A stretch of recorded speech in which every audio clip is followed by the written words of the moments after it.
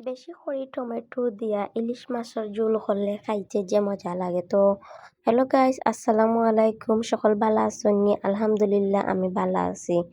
তো সরিষার তেল দিয়ে ইলিশ রান্না করলে খাইতে খুব বেশি মজা হয়। সরিষার তেল ছাড়া ইলিশ মাছ রান্না খুবই অন্যরকম লাগে।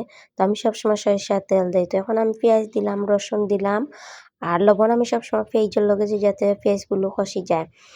এখন লাড়াচাড়া করতে করতে পেঁয়াজও তুলা পানি দিছি, দিয়ে এখন দিলাইমু হলুদ, মরিচ, তারপরে পাঁচফোড়ন।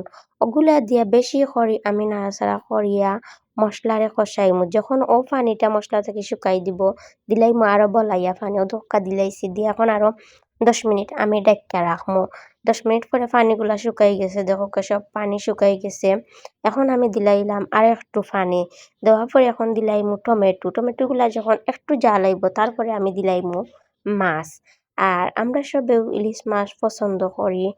আর বেশিরভাগ ইলিশ মাছ বিরান খাইতে ভাল লাগে, বাট অনেক সময় ঝুলও খাইতে খুব বেশি মজা লাগে। আর এগুলা বড় ইলিশ না, এগুলো হইলো ছোট ইলিশ।